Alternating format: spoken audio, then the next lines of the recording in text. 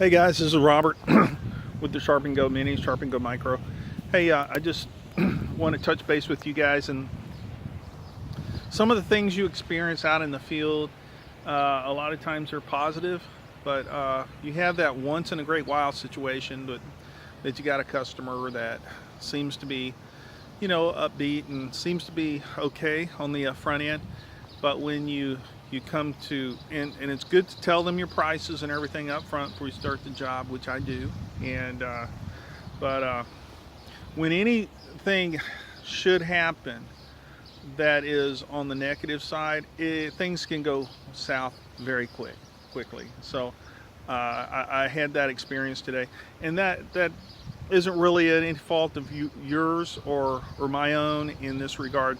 It's interpersonal relationships, and it's the dynamics in regards to the people that we are serving. Sometimes you get so many different kinds of personalities and attitudes doing what we do.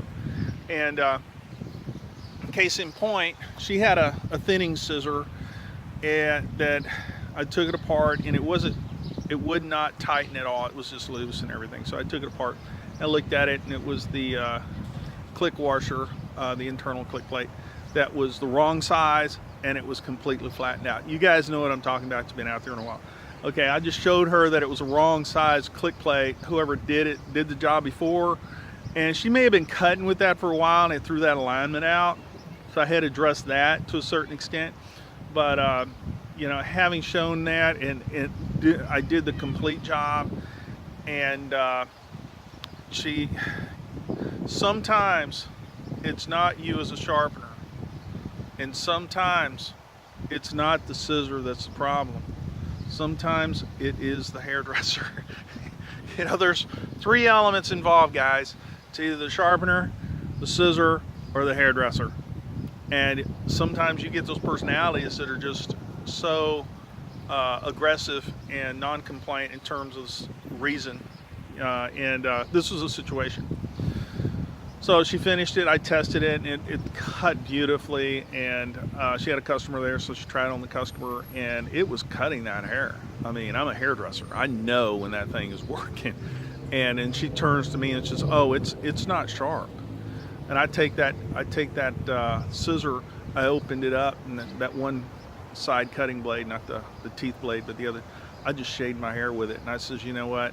And I showed her how it worked on a Sand-X and on a tissue, and it just all teeth cross, and no side pressure. So it was cutting beautifully. In that situation, she said, "Well, how much you charge?" And if you charge 30, 35 bucks, and they try to talk you down a lot of times. And what happens in that situation is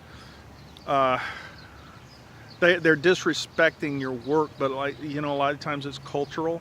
Some cultures will specifically. I like to not think that, but typically you start seeing it that way because you run across the same problem often, one after the other all the time. So they're always looking for a deal, always trying to cut you down and diminish your work by saying, "Oh, that's too much." No, if you do high-end quality work, I fixed the problem and made that scissor just like new, and I don't feel bad about the job. But she says, "Well, I'm not happy with the service." Well, guys, that's the personality of the individual. I don't like doing business with those kind of individuals.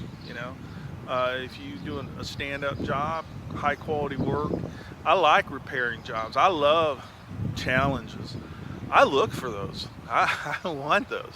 Because to me, that just makes me look better as a professional, that I can fix things that other sharpeners can't, And I felt great about the job. I felt great about the finished work. But the hairdresser, because of the dollar, it's not about the quality of work. She just wanted to cut me down on price. Don't fall for that, guys. Stick to your guns. And you know what? If they don't respect you, they can go to the other guy. They can go to a guy that'll charge $10 and destroy their scissors with a twice as sharp or whatever, grinder on it, So they have that choice, and then call you in to fix it later, But don't be discouraged about you know, we get disgusted, you know, if you give in, and you, even if you give a personality like that, give it away for free, they're still not going to be happy. They're going to say some reason why you're giving it away for free, because your work is junk, and that's not true. A lot of guys will bend over backwards, which I will to a certain extent, when I see the personality is a sincere situation that was perhaps a sharpener issue or a scissor issue. But usually you can spot that. If you have a problem with a scissor, you don't even touch it. You say, look, that thing's beyond repair. I don't find that very often. Very rarely I find that because of my level of workmanship. But when that does happen, it's best to step away from it and just say, hey guys, you know, I'm sorry, ma'am, I can't. That scissor's too far gone. Now, you know, that happens, and but I think it's their expectation. But you gotta. It's hard to. It's not just a technical job in what we deal with.